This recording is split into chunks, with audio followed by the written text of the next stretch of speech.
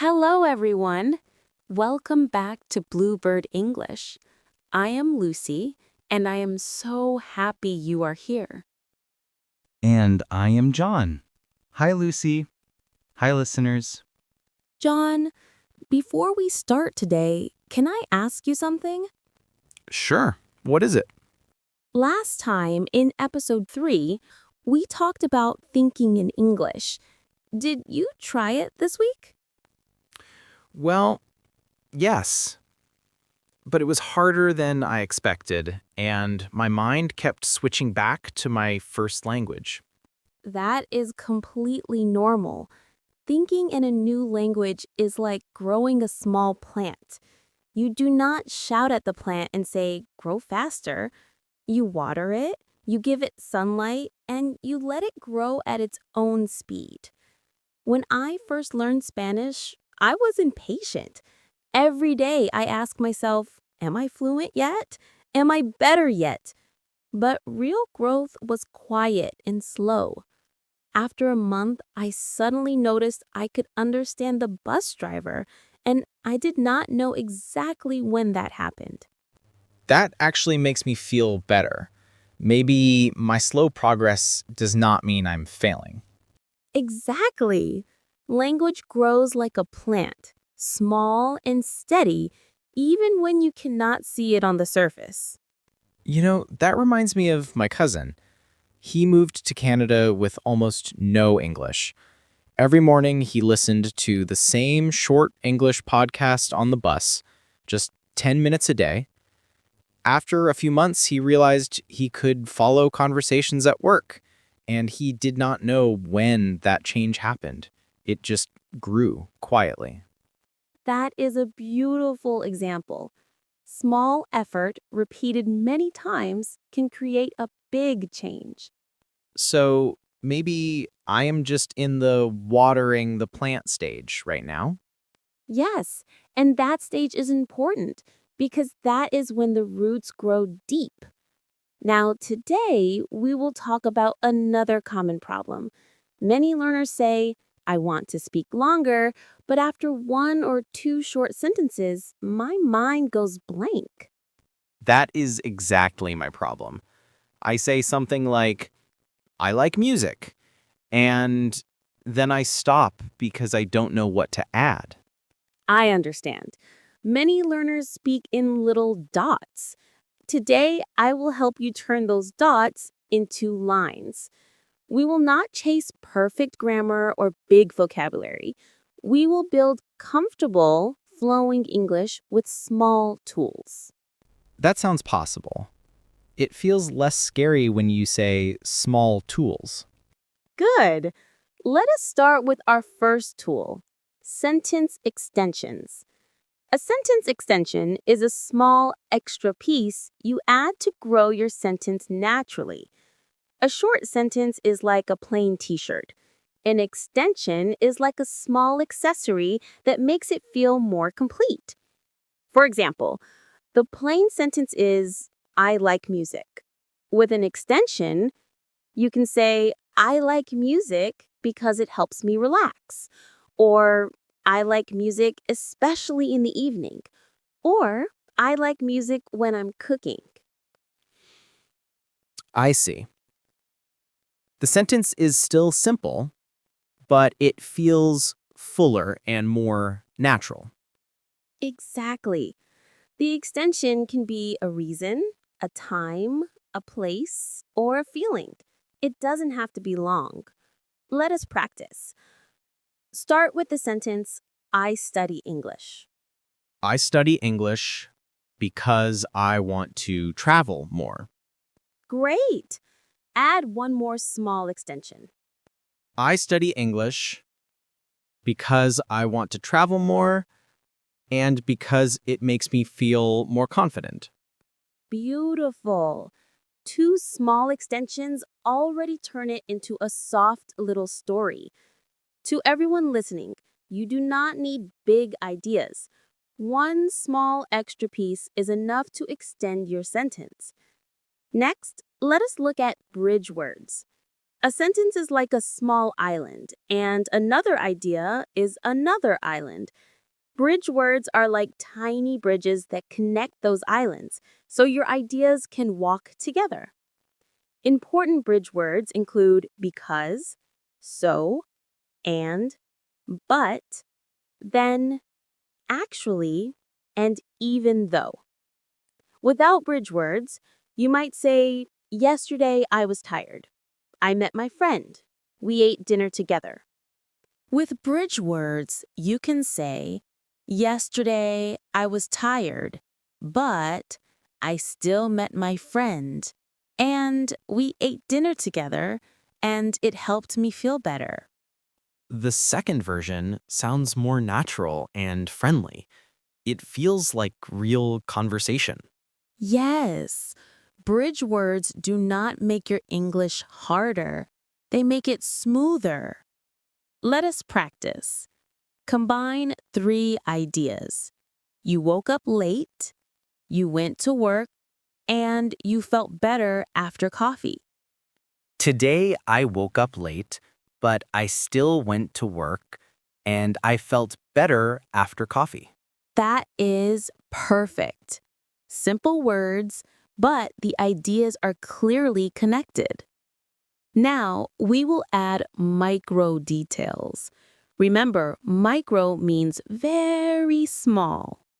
A micro detail is a tiny piece of information that makes your sentence feel richer without adding stress.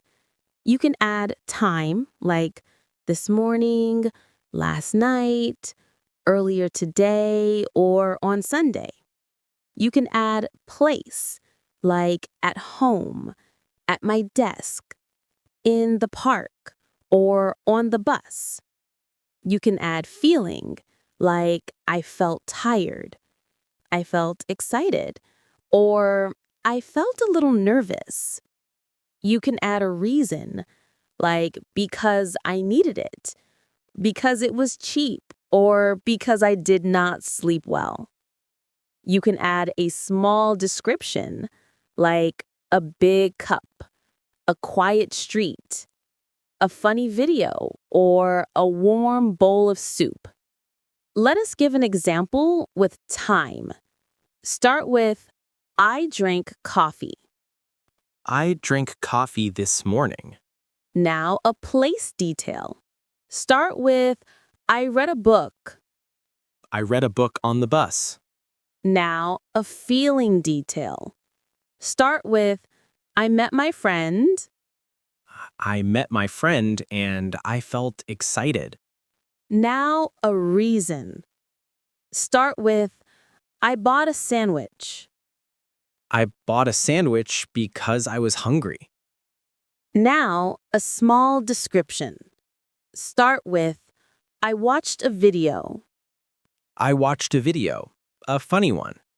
See how each tiny detail adds color without making the sentence difficult. For example, the plain sentence is, I cooked dinner. With micro details, you can say, I cooked dinner last night at home, and it was a simple noodle dish, but it tasted surprisingly good. I like this. It makes English feel more like my real life, not like a test. Now, let us talk about memory boxes. When you feel nervous, sometimes it's hard to start a sentence. A memory box is a sentence starter you prepare before.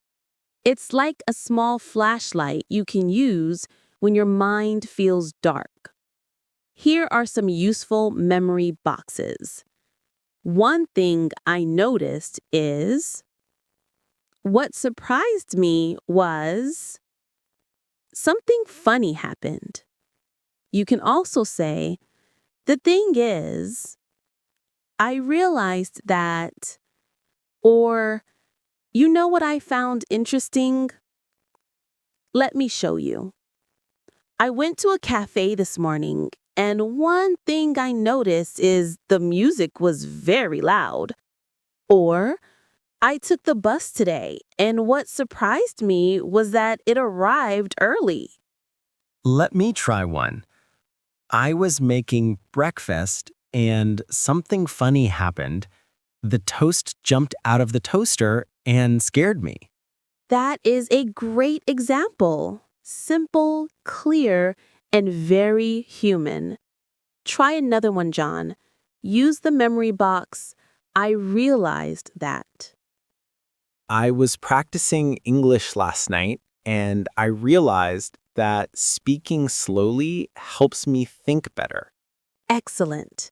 Memory boxes give you a warm beginning so your sentence can continue more easily. Next, we will look at safe fillers. These are small phrases that give you time to think. Native speakers also need time to think, but they often say things like, let me think, or, well, or, actually, or, you know. These are safe fillers. They keep the conversation warm while your brain looks for the next words. That sounds helpful. I usually just say, and I feel embarrassed. Let us practice. Tell me about your lunch today and start with, well. Well, I had noodles for lunch today. Good. Now tell me about your morning and start with, let me think. Let me think. My morning was quiet and I woke up early. Great. Now use actually to tell me something that happened yesterday. Actually, I almost missed my bus yesterday. Perfect. These small fillers make your English sound relaxed instead of tense. Now we come to narration mode. This means you simply describe what you did step by step. When your mind feels empty, you can always describe simple actions. Your brain already knows what happened. Useful words for narration are first, then, after that, next, and finally. John, tell me about your morning using narration mode. First, I woke up and I felt a little tired. Then I brushed my teeth. After that, I made breakfast. Finally, I checked my phone. That was perfect. You did not worry about grammar. You just told the steps. It felt peaceful. I was not trying to impress anyone. I was just describing my day. Exactly. Narration mode is a gentle friend. It helps you keep speaking without pressure. To everyone listening, narration mode does not ask you to be perfect or fast. It only asks you to describe the simple steps of your day. Before, I used to panic when my mind went blank. Now, when I say, first the next part of the sentence slowly comes to me. That is the magic of narration mode. You start small, and your English walks with you one step at a time. Now, let us combine these tools in a soft, simple way. Here is an example. Yesterday, I woke up late, but I still went to work. One thing I noticed is the office was quiet. I worked at my desk for a few hours, and after that, I took a short break to get some fresh air. Then I might add a safe filler and say, well, it actually helped me feel better. When I listened to that, I noticed you did not use difficult words. You just used small tools together. That's right. Small tools can create a big feeling of confidence. Now you try, John. Tell me about your evening yesterday using any tools you like. Well, yesterday evening I felt a little tired, but I still cooked dinner. One thing I noticed is the kitchen felt warm and cozy. Then I watched a movie for about an hour, and after that I fell asleep halfway through. That was wonderful. It sounded honest, clear, and natural. So today we learned how to speak longer without freezing. We used sentence extensions, bridge words, micro details, memory boxes, safe fillers, and narration mode. I didn't think I could speak more than a few short sentences, but these tiny tools make it feel possible.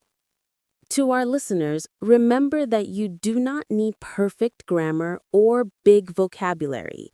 One small tool at a time is enough. It makes English feel like something I can grow into, not something I have to win. Exactly. English is not a race. It's a garden you care for little by little. Next time in episode 5, we will talk about how to sound confident even when you feel nervous inside. I'm really looking forward to that. Thank you for spending this time with us. Take good care of yourself and remember that your English grows in every small moment you give it to.